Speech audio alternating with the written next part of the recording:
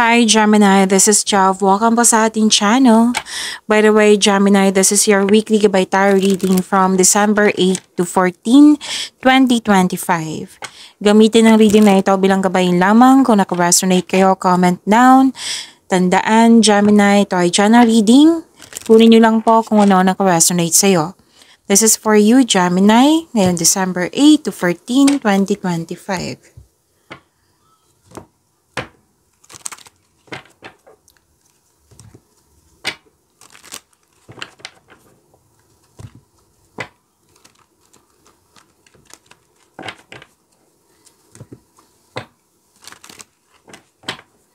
Para po ito sa iyo, Gemini, ngayon December 8 to 14, 2025.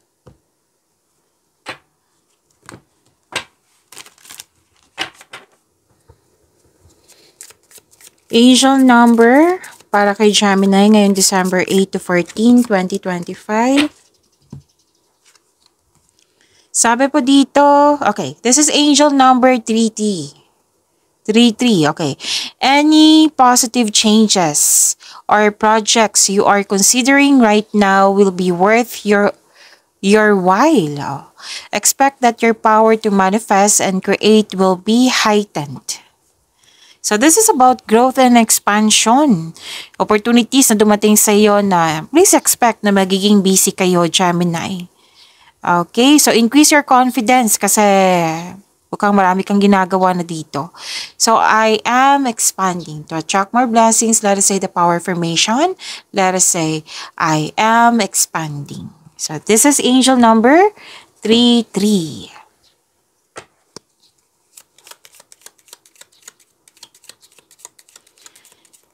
Maraming salamat po sa inyong patuloy na suporta, sa mga nag-donate, sa mga hindi nag-skip ng ads. Maraming salamat po.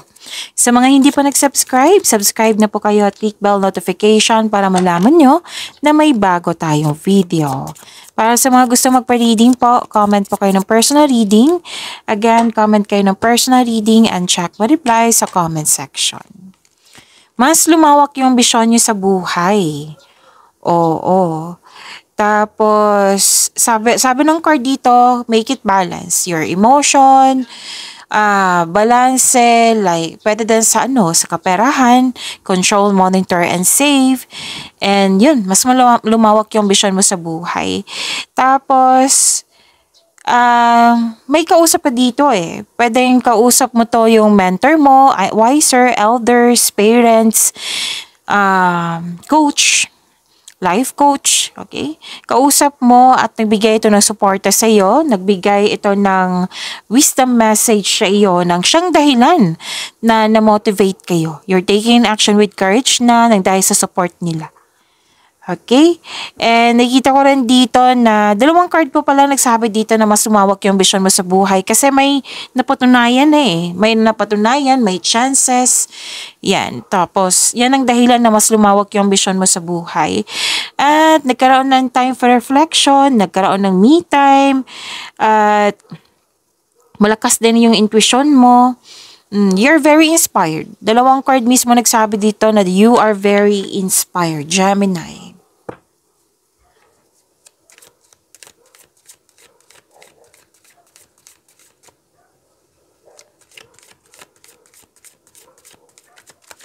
Energy ni Gemini ngayong December 8 to 14, 2025.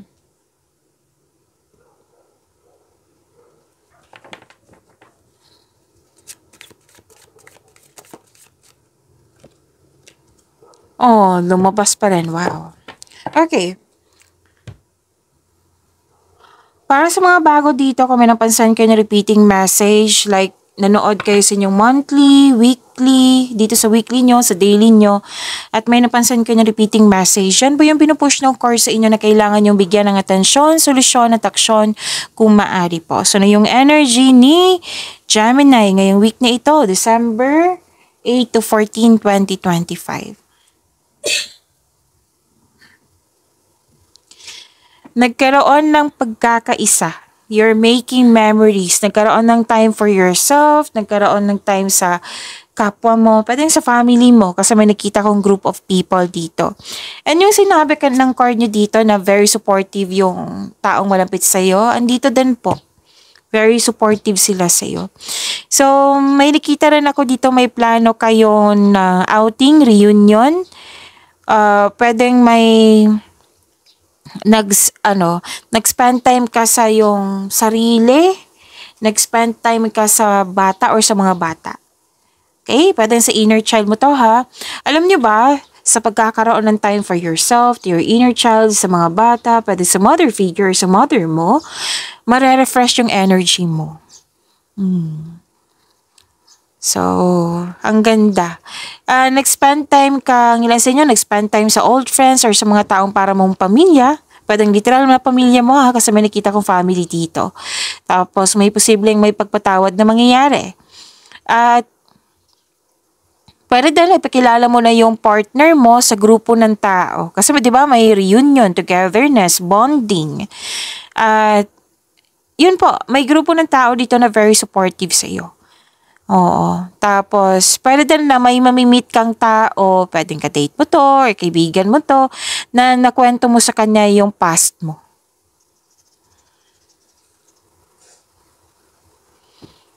May tinuturuan din na bata dito. Or pwede din customer, kliyente na bata. May nakita kong ganyan. So, very supportive yung group ng tao. Grupo ng tao. Na sila ang isa sa dahilan na mamotivate ka. Nang siyang dahilan na magkaroon ka ng focus sa mga ginagawa mo, sa pag-achieve ng goal mo, which is sinabi ko kanina dito, diba? Nag-clarify po siya dito sa tarot card niyo. So, ang ganda. This is harmony, pagkakaisa.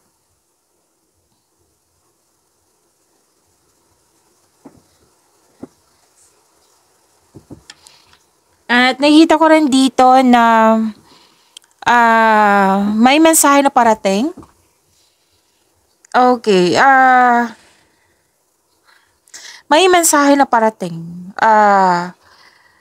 Mensahe, pwedeng opportunity na huwag magpadalos-dalos. Alamin mo muna at isipin ang susunod na hakbang. Pwedeng magiging excited ka nito kasi may nararamdaman akong excitement. So, kung excited ka, ito, na-excited ako. So, ito yung lumabas sa cards ko kanina kay Miss Jov na mag-ingat ako sa paggawa ng desisyon, plano, at isipin ng mabuti. Yan. So, yun po ha, may sabi dito, may advice ang card dito. Kung ano man yan, na-excited ka. Kasi this is energy Pwedeng sa personal life to, pwedeng sa love and romance, pwedeng sa career and money.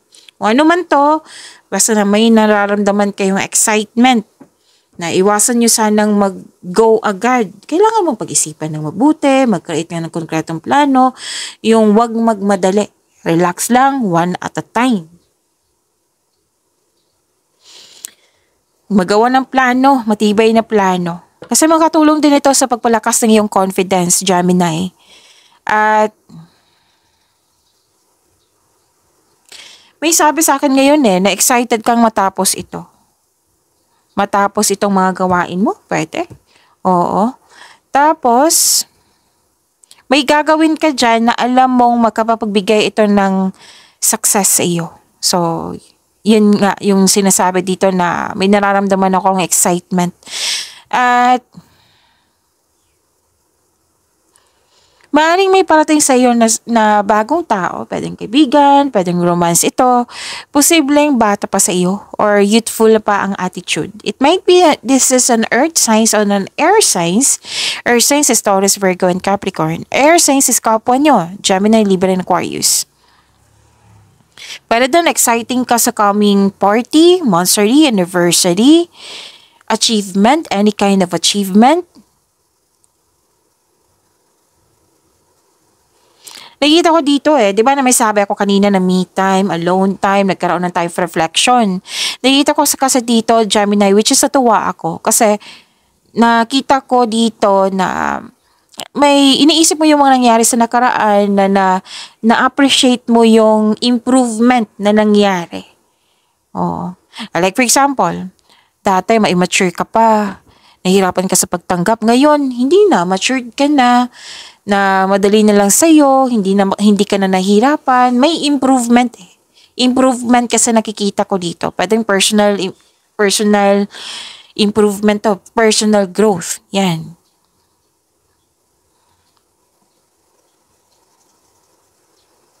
Pwede din po, kasi may nakita ko dito, may naghihintay ka ng feedback from your client, boss, or new employer. Kung sino man to. Oo. At itong balita na ito ay may offer kasi na magkakaroon ng growth. Like, may nakita ko dito sa Career and Money. Like, makatulong sa iyong buhay pinansyal. So, may balita na magbibigay ng excitement sa'yo. So, this is good news. I consider this is good news kasi naging excited ka eh. It might be may offer sa iyo na kailangan mo maghintay na you are very excited. Naghihintay ka and you are very excited.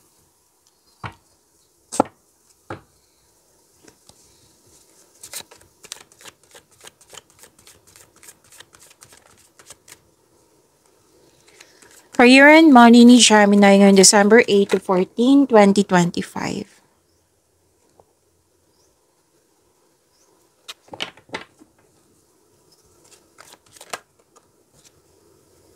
Huwag kayong matakot sa card na ito ha, kasi this is an advice. Walang mangyayaring masama. Huwag kayong mag-isip ng hindi maganda ha. Andito pa pala si Angel of Freedom.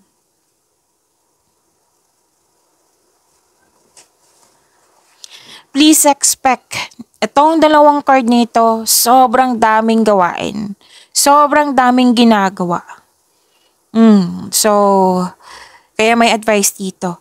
Okay. Success. Nakikita ko dito, Gemini, sa kanyang career and money. Success. Claim niyo po. Success na may new doors opening. So, this is opportunities. Okay? May collaboration, may expansion na naman. Di ba may sabi dito na expansion? And ito. Expanding. Growth and expansion. Okay? So, claim niyo po. Nag-clarify siya sa inyong angel number 33. Okay, this card, may dumating kasi sa inyo, opportunity, project ba yan, opportunities na kailangan mong harapin. Kasi nakikita ko dito ang ilan sa inyo, pwede may rason din na, kasi nakikita ko dito nagkaroon ng fear, doubt, hesitation, or pwedeng mamamayan na, pwede din may rason ka sa mamayan na, like marami kang ginagawa. So, kasi sanabi ng card dito, na tanggapin mo itong opportunity na ito. Kung pwede po, kung okay sa'yo. Kasi, nagbibigay ito ng kaunlaran sa'yo. Gemini. Basta bigyan lang ng clear intention. Bigyan ng magandang konkretong plano. Bigyan ng wag mong hayaan na i-postpone. Kumbaga, postpone is delay yan eh. Bigyan ng clear intention. Bigyan ng konkretong plano. Galingan mo, Gemini. Kasi nakikita ko dito, magkakaroon siya ng positive outcome. Magiging successful ito. At dahil sa nagkaroon ng positive outcome, nagkaroon siya ng recognition. At dahil nito, dadagsa yung opportunity sa iyo, Gemini. So, galingan mo. Huwag mong ibaliwala or i-postpone kung pwede kung pwede sa iyo. Baka may dahilan kasi kayo dyan. Okay? So, this card ay nasa next level ka ng prosperity na matagal mo nang hinintay. Kaya huwag mong palampasin ang pagkakataon na ito, Gemini. Posibleng dagdag trabaho to or dagdag kaalaman. Okay? At, yun po, may opportunities talaga.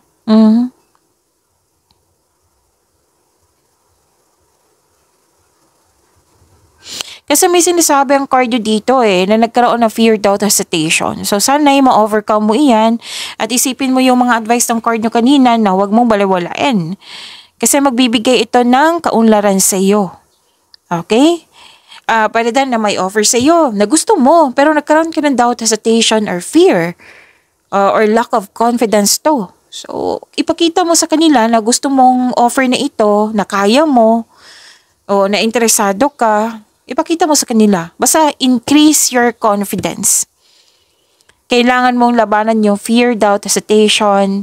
Kasi magbibigay ito ng growth and expansion sa iyo. Itong pagkakataon na ito, magkakaroon ng growth and expansion na sinabi din dito sa inyong angel number 33. So work your skills.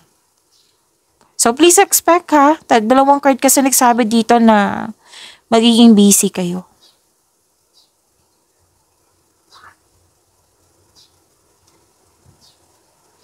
At yung sabi ng card ko kanina sa inyo na may advice. Oo. So, maraming advice kasi dito.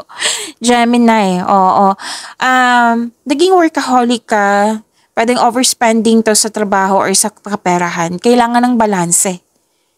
Oo. Naging workaholic ka. So, meaning to say, overspending niyan sa trabaho.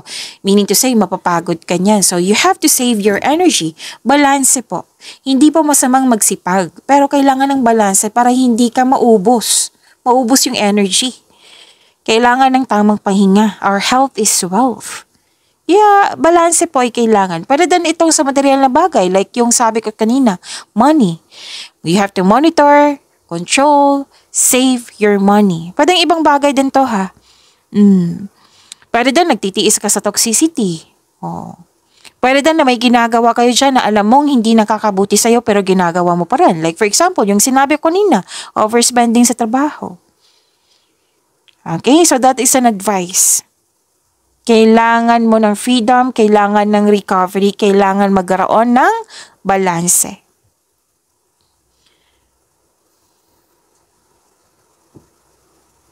To attract more blessings, let us say the power of affirmation, let us say, kasi andito po si Angel of Freedom.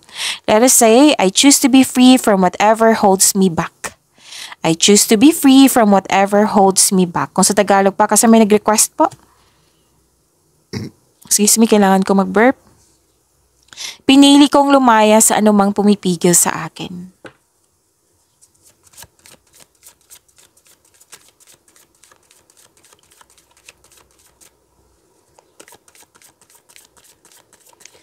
Love life, self-love, partnership, and romance ni Gemini ngayong December 8 to 14, 2025.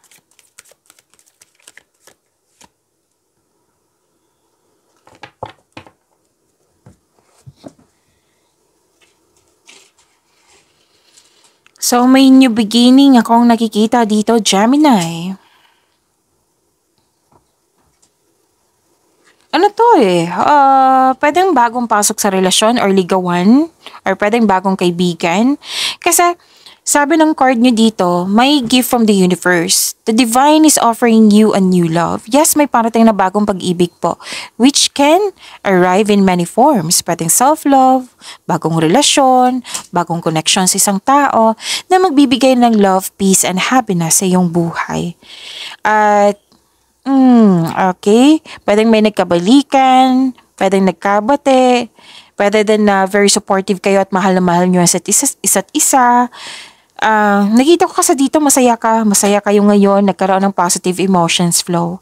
Pwede din na may buntis or the arrival of a new baby.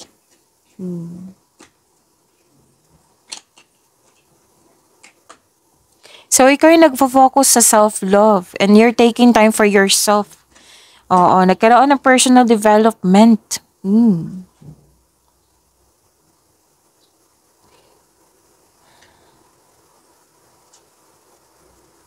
Okay. So, mga single dito, kasi sinabi dito guarded ka or you're feeling trapped, nagkaroon ka ng alinlangan. Kumbaga, sabi kasi ng card dito, fix yourself first para mas maging magaan yung bagong pag-ibig po. Okay? Kasi feeling stuck ka eh. Kailangan mong, kayo lang po ang makakawala dito. Kumbaga, kailangan maging willing ka to move forward para pakawalan yung sarili mo. So, kailangan, kanina pa tong advice na freedom and recovery. Okay? So, this card asks you to allow yourself to experience love again. Huwag niyo hayaan na makulong kayo sa nakaraan. Kailangan mo pakawalan yung sarili mo. Make change. Okay, make change para makawala ka at makahinga. So, you have to move forward. Tiwala sa inyong sarili. Habaan ng pasensya.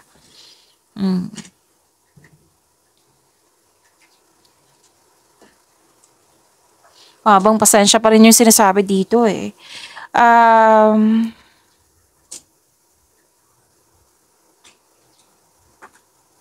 May sabi dito na, okay, so nagkaroon ng time for reflection to. Pakakawalan mo rin ng yung sarili mo. So, pwede din lang may naisip kayo sa nakaraan na kailangan mong i-let go yan. Kailangan kasi ng willingness to move forward. Kasi kung okay. So, may parating na new direction. Okay. So, you have to move forward ha. Kung ano man to, kailangan mo kasi pakawalan yung sarili mo. Sa mga, I believe this is about past. Okay? So, yan po. So, claim niyo po yung growth and expansion at maraming blessings na sinasabi dito. Pagimanin niyo po yung blessings na binigay sa inyo, Gemini. See you tomorrow. Maraming salamat po.